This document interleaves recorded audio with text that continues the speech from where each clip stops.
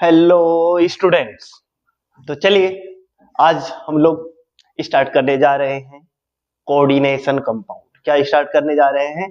Coordination compound, जो बहुत ही easy chapter है और इससे आसानी से 7 मार्क्स मिल सकता है। तो इस चैप्टर से मिनिमम कितने मार्क्स का पूछा जाएगा? 7 मार्क्स, 7 नंबर का पूछा जाता है। ठीक है, तो इस चैप्टर में हम लोग अभी बात करने जा रहे हैं कि कौन कौन से ऐसे टॉपिक है जो बहुत ही ज्यादा इंपॉर्टेंट है।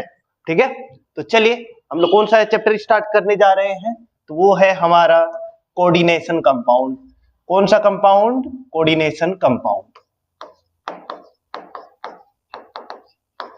कोऑर्डिनेशन कंपाउंड, ये जो चैप्टर है ये कितने मार्क्स का पूछा जाएगा? तो ये 7 मार्क्स का पूछा जाता है।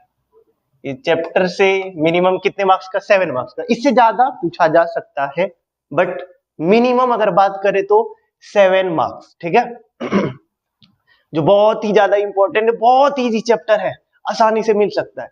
सबसे पहला अगर बात करें, सबसे ज्यादा इंपॉर्टेंट टॉपिक, ठीक है, तो सबसे पहला हम लोग अगर बात करें तो बात करेंगे लिगेंड के बारे में। सबसे पहला बात करेंगे किसके बारे में? लिगेंड्स के बारे में। ठीक है, तो लिगेंड में कौन कौन से ऐसे टाइप के लिगेंड होते हैं? तो टाइप्स ऑफ लिगेंड के बारे में बात कर रहे हैं। ठीक है, कि लिगेंड के प्रकार अगर देखें तो इसमें अगर देखें हम लोग तो इसमें आपको देखने को मिलेगा सबसे पहला मोनोडेंटेट लिगेंड। सबसे पहला क्या? मोनोडेंटेट लिगेंड, जो एक कोऑर्डिनेट बॉन्ड बनाता है। मोनो मतलब क्या होता है? वन, मतलब मोनोडेंटेट लिगेंड में एक कोऑर्डिनेट बॉन्ड बनता है। ठीक है, दूसरा बात करें तो बाइडेंटेट लिगेंड। दूसरा क्या? बाइडेंटेट लिगेंड, ये आपका मोनोडेंटेट लिगेंड था। दूसरा बात करें तो बाइडेंटेट लिगेंड। तीसरा पॉलीडेंटेट लिगेंड। Polydentate ligand. और अगर फोर्थ बात करें तो वो आपका हो जाएगा एम्बीडेंटेट लिगेंड। Ambidentate ligand.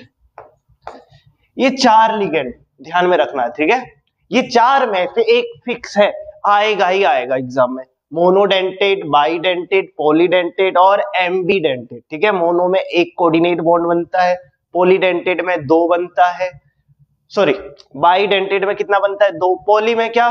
तो 2 से ज्यादा जितना बनेगा वो आपका पॉलीडेंटेट में आएगा। और फिर क्या? एम्बीडेंटेट, कि वैसा एलिमेंट जो 2 तरीके से बॉन्ड बना सकता है। ठीक है, कि वैसा मॉलिक्यूल रहेगा इसमें जिसमें 2 एलिमेंट ऐसा होगा कोऑर्डिनेट बॉन्ड इसमें बना सकता है। मतलब 2 तरीके से अगर कोऑर्डिनेट बॉन्ड बने तो उसको एम्बीडेंटेट लिगेंड बोलते हैं। ठीक है, तो हम लोग बात करने जा रहे हैं इंपॉर्टेंट टॉपिक। तो इसमें इंपॉर्टेंट टॉपिक है, ये चारों में से एक फिक्स है, आएगा ही आएगा। ये चारों का डेफिनेशन और उसका एग्जाम्पल अच्छे से याद करना है। ठीक है, वो बहुत काम करेगा। तो पहला तो ये था कि जो है आपका लिगेंड में से कौन सा है जो सबसे ज्यादा इंपॉर्टेंट है। ये चारों में से फिक्स है, कोई ना कोई एक आ ही जाएगा। ठीक है, नेक्स्ट बात करेंगे हम लोग कोऑर्डिनेशन नंबर। नेक्स्ट जो इंपॉर्टेंट टॉपिक है कोऑर्डिनेशन नंबर। ठीक है, कोऑर्डिनेशन नंबर, जिसको हम लोग शॉर्ट में CN लिख सकते हैं, कोऑर्डिनेशन नंबर। ठीक है, कोऑर्डिनेशन नंबर भी बहुत इंपॉर्टेंट है। ठीक है, कोऑर्डिनेशन नंबर क्या है? तो बहुत आसान है कि देख लेना कि आपके पास कौन कौन सा लिगेंड प्रेजेंट है। नंबर ऑफ कोऑर्डिनेट बॉन्ड जितना बनेगा, कि कोऑर्डिनेट बॉन्ड जितना भी बन रहा है वही आपका क्या हो जाएगा? Coordination number. अगर 2 कोऑर्डिनेट बॉन्ड बना तो कोऑर्डिनेशन नंबर 2, 4 बना तो 4, 6 बना तो 6 कोऑर्डिनेट बॉन्ड बनेगा, तो कोऑर्डिनेशन नंबर क्या आएगा? 6। ठीक है, बेहद इंपॉर्टेंट टॉपिक है। नेक्स्ट अगर हम लोग बात करें तो ऑक्सीडेशन नंबर, ये भी बहुत ही ज्यादा इंपॉर्टेंट है इस चैप्टर के लिए। ऑक्सीडेशन नंबर, जिसको शॉर्ट में हम लोग ON बोल सकते हैं। ठीक है, तो ये आपका हो गया 4 लिगेंड, 4 में से एक फिक्स से आएगा ही आएगा। कोऑर्डिनेशन नंबर भी आने के चांस काफी ज्यादा है। ठीक है, तो इसको भी अच्छे से देख लेना। ऑक्सीडेशन नंबर भी बहुत ज्यादा इंपॉर्टेंट है। अगर ऑक्सीडेशन नंबर नहीं आता तो 3 नंबर का क्वेश्चन छूटेगा। जैसे अभी देखने वाले हम लोग अगला टॉपिक में, ऑक्सीडेशन नंबर का यूज तो होगा ही होगा। ठीक है तो नेक्स्ट हम लोग बात करने जा रहे हैं अगला जो बहुत ही ज्यादा इंपॉर्टेंट है, वो होगा आपका आईयूपीएसी नोमेनक्लेचर। ठीक है, कोऑर्डिनेशन कंपाउंड का जो आईयूपीएसी नोमेनक्लेचर होगा ये बहुत ही ज्यादा इंपॉर्टेंट होता है। ठीक है, तो इसको भी अच्छे से देख लीजिएगा, इससे मिनिमम 3 मार्क्स का पूछा जाएगा। अगर बोर्ड के स्टूडेंट है तो इसमें कितना पूछा जाएगा, 3 मार्क्स। और नोमेनक्लेचर तभी हो सकता है जब आपको क्या आता हो, ऑक्सीडेशन नंबर। ठीक है, तो ध्यान में रखिएगा, नोमेनक्लेचर मतलब कोई एक कंपाउंड दे दिया जाए, जैसे एक कंपाउंड ले रहे K4FeCN का होल 6, ये कोऑर्डिनेशन, बड़ी ब्रैकेट वाला कंपाउंड को कोऑर्डिनेशन कंपाउंड बोलते हैं। ठीक है, इसका आईयूपीएसी नेम पूछा जा सकता है, इस टाइप का मतलब कंपाउंड का आईयूपीएसी नेम पूछा जा सकता है। या फिर हो सकता है कि कोऑर्डिनेशन कंपाउंड का आईयूपीएसी नेम ही लिखा हो। क्या हो सकता है, देख लीजिएगा ध्यान से, क्या बोल रहे हैं कि कोऑर्डिनेशन कंपाउंड दिया हुआ नहीं है, उसका नाम लिखा हुआ है। ठीक है, और बोला जाएगा कि ये कोऑर्डिनेशन कंपाउंड का नाम है, इसके लिए क्या फॉर्मूला बन के आएगा, कंपाउंड क्या है, कौन सा कंपाउंड है वो बताना है। बात समझ में आया कि नाम पहले से दिया हुआ रहेगा और आपसे फॉर्मूला पूछा जाएगा कि क्या फॉर्मूला होगा, तो वो भी बहुत ज्यादा इंपॉर्टेंट है। 3 नंबर के लिए अच्छे से प्रैक्टिस करना होगा। या फिर कोऑर्डिनेशन कंपाउंड का आईयूपीएसी नेम पूछा जाएगा, या आईयूपीएसी नेम दिया हुआ रहेगा, उसका कोऑर्डिनेशन कंपाउंड लिखने बोला जाएगा कि फॉर्मूला क्या होगा। बेहद इंपॉर्टेंट टॉपिक है, ध्यान से देखना है। पहला लिगेंड 4 है, उसमें से एक आएगा ही आएगा, कोई नहीं रोक सकता। दूसरा बात करें कोऑर्डिनेशन नंबर, बेहद इंपॉर्टेंट है। ऑक्सीडेशन नंबर भी बहुत ज्यादा इंपॉर्टेंट है, अगर ये नहीं आएगा तो नोमेनक्लेचर नहीं बनने वाला, छूट जाएगा। ठीक है, तो ऑक्सीडेशन नंबर अच्छे से प्रैक्टिस कीजिएगा, तब जाकर के नोमेनक्लेचर में 3 नंबर, हो सकता है कि 4 नंबर भी पूछ दिया जाए, बट मिनिमम कितने नंबर का पूछा जाएगा, 3 नंबर का पूछा जाएगा। ठीक है, नेक्स्ट इंपॉर्टेंट टॉपिक के बारे में बात करेंगे। आप लोग स्क्रीनशॉट ले लीजिए इसका। ठीक है, चलिए नेक्स्ट अगर बात करें तो नेक्स्ट है आपका आइसोमेरिज। नेक्स्ट क्या है, आइसोमेरिज।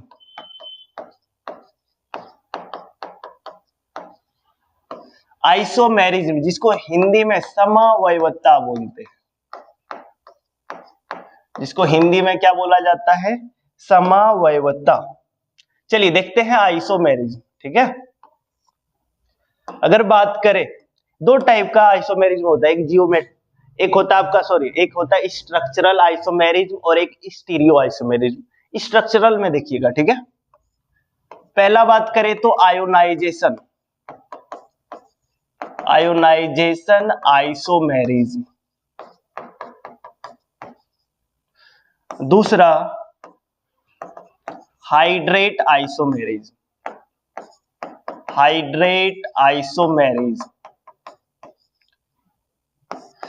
तीसरा होता है आपका लिंकेज आइसोमेरिज्म।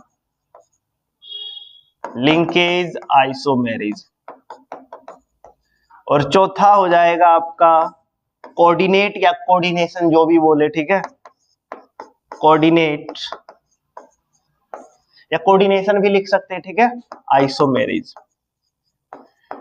ये आपका क्या हो गया, जियोमेट्रिकल आइसोमेरिज्म। और दूसरा क्या होगा, तो दूसरा होगा दूसरा स्टीरियो। ये आपका क्या था, ये था आपका स्ट्रक्चरल। ये जो चारों है ये स्ट्रक्चरल आइसोमेरिज्म है। दूसरा हम लोग देखने वाले हैं वो होगा आपका स्टीरियो आइसोमेरिज्म। इसके अंदर आपको देखने को मिलेगा, पहला बात करें तो जियोमेट्रिकल आइसोमेरिज्म,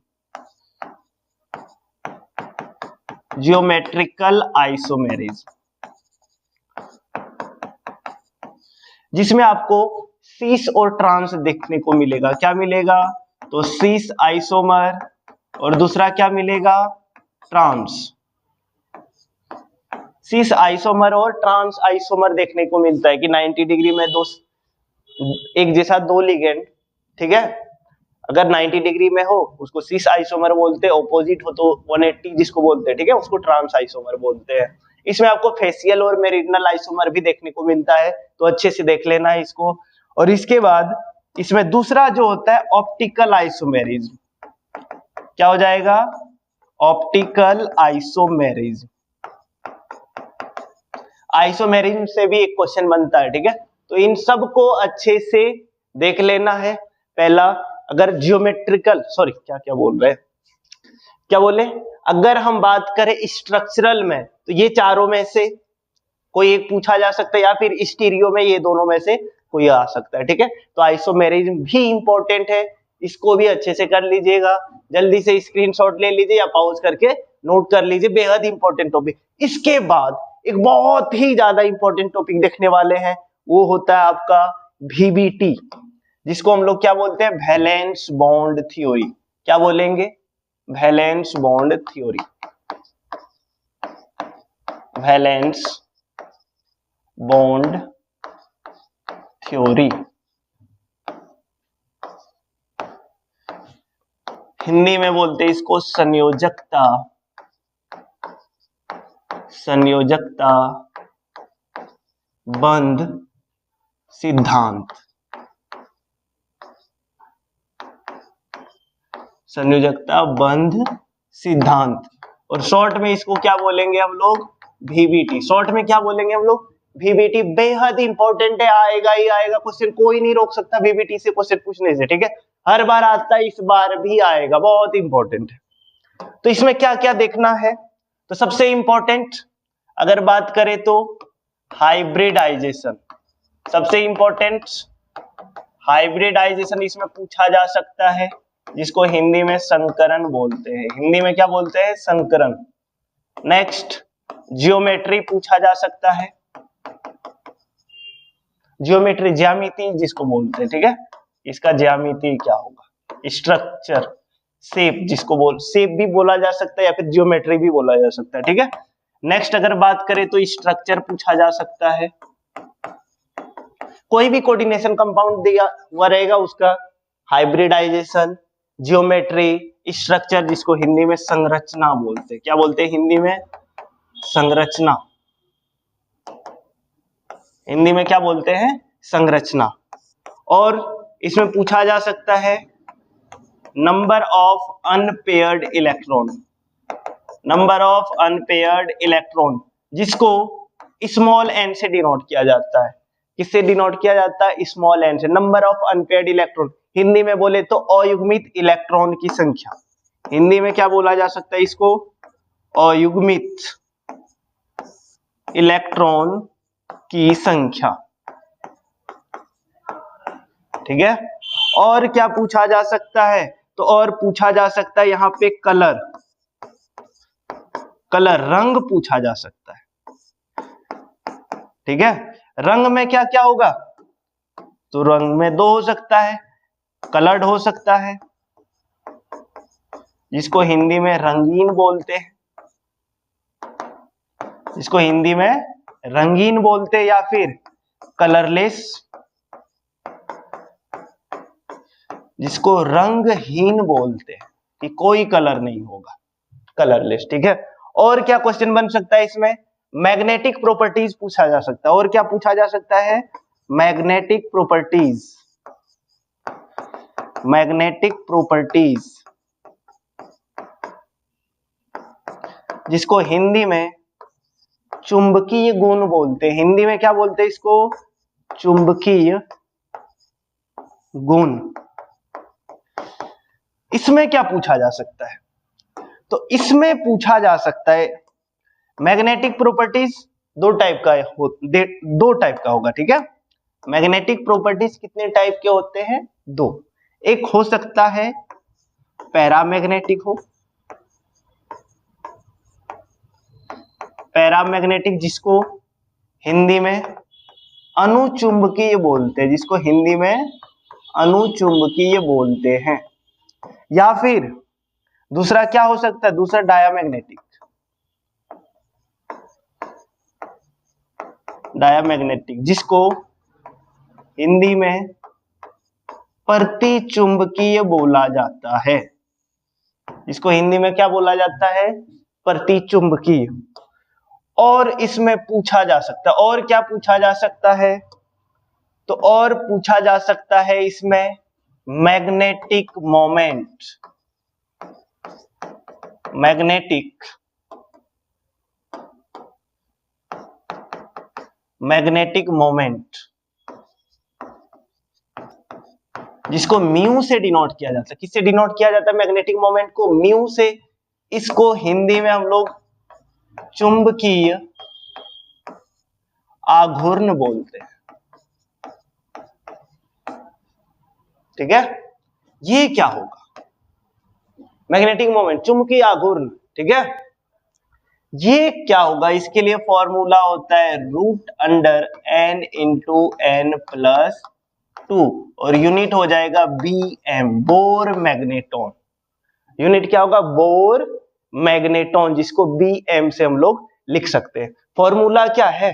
तो फॉर्मूला है आपके पास, यहाँ पे लिख देते हैं √n इंटू n प्लस 2। ये जो n है, n क्या होगा?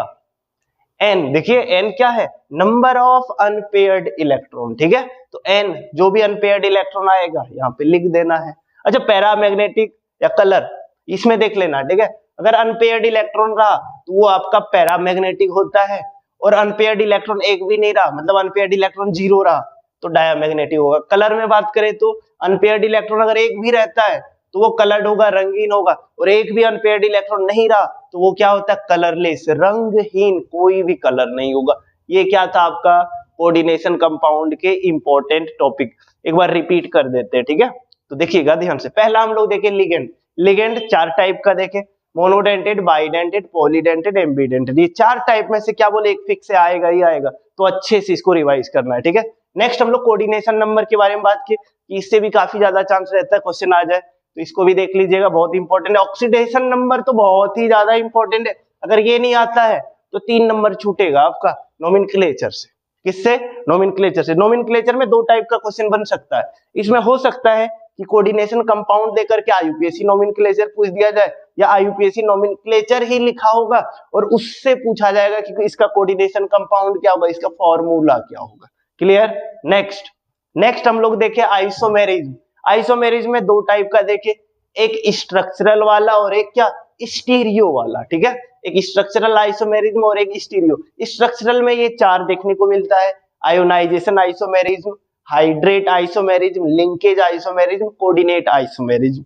इसमें बात करें स्टीरियो में तो जियोमेट्रिकल आइसोमेरिज्म, इसके अंदर सिस ट्रांस आइसोमर देखने को मिलता है, या फिर फेशियल या मेरिडियनल आइसोमर देखने को मिलेगा, ठीक है। और इसमें ऑप्टिकल आइसोमेरिज्म, ऑप्टिकल आइसोमेरिज्म में बात करें तो मिरर इमेज बनता है। कैसा इमेज बनता है? मिरर इमेज बनता है। फिर हम लोग लास्ट जो बेहद इंपॉर्टेंट है वो है आपका वीवीटी, वैलेंस बॉन्ड थ्योरी। इससे आएगा ही आएगा क्वेश्चन, ठीक है। तो इसमें देखें तो हाइब्रिडाइजेशन पूछा जा सकता है, जियोमेट्री, कोई भी कोऑर्डिनेशन कंपाउंड दिया हुआ रहेगा उसका हाइब्रिडाइजेशन, जियोमेट्री या structure, number of unpaired electron कितना होगा, या फिर कलर क्या होगा कंपाउंड का। कलर मतलब क्या? ऐसा नहीं कि कौन से कलर का होगा वो नहीं पूछा जाता, पूछा जा सकता है कि वो कलर्ड होगा या कलरलेस होगा, रंगीन होगा या रंगहीन होगा, या फिर मैग्नेटिक प्रॉपर्टीज में पूछा जा सकता है कि पैरामैग्नेटिक होगा या फिर डायामैग्नेटिक होगा। और क्या? तो मैग्नेटिक मोमेंट पूछा जा सकता है। एक और क्वेश्चन बन सकता है इससे, एक और क्या क्वेश्चन बन सकता है इसी से, कोऑर्डिनेशन कंपाउंड देकर के पूछा जा सकता है, इनर ऑर्बिटल कॉम्प्लेक्स होगा या आउटर ऑर्बिटल कॉम्प्लेक्स। एक और क्या पूछा जा सकता है, यहाँ पे लिख देते हैं, इसी में पूछा जा सकता है एक इनर ऑर्बिटल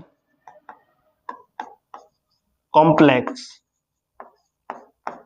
या फिर और क्या पूछा जा सकता है, आउटर ऑर्बिटल कॉम्प्लेक्स, ठीक है। इनर ऑर्बिटल, आउटर ऑर्बिटल क्या होगा? तो इसमें अंदर वाला डी, जैसे मान लेते हैं कि 3D और 4D दोनों आ रहा है, अगर 3D और 4D दोनों आ रहा है तो अंदर वाला डी कौन होगा? 3D। अगर अंदर वाला डी काम में आ रहा होगा हाइब्रिडाइजेशन में तो इनर ऑर्बिटल कॉम्प्लेक्स, अगर आउटर डी यानी कि 4D काम में आएगा तो वो क्या हो जाएगा? आउटर ऑर्बिटल कॉम्प्लेक्स, ठीक है। ये था आपका इंपॉर्टेंट टॉपिक, इन सब को अच्छे से कवर कर लीजिएगा, आप लोगों का क्वेश्चन नहीं छूटेगा, बस अच्छे से कर लेना, ठीक है।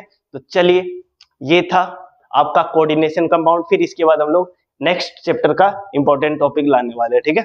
और अगर आप लोगों को वीडियो पसंद आया है तो लाइक करें, अगर सब्सक्राइब नहीं किए तो सब्सक्राइब करें, और आपके जितने भी फ्रेंड है आपके कॉन्टेक्ट लिस्ट में सभी के पास शेयर करें, ठीक है। तो चलिए, आज की क्लास हम लोग समाप्त करते हैं। जय हिंद।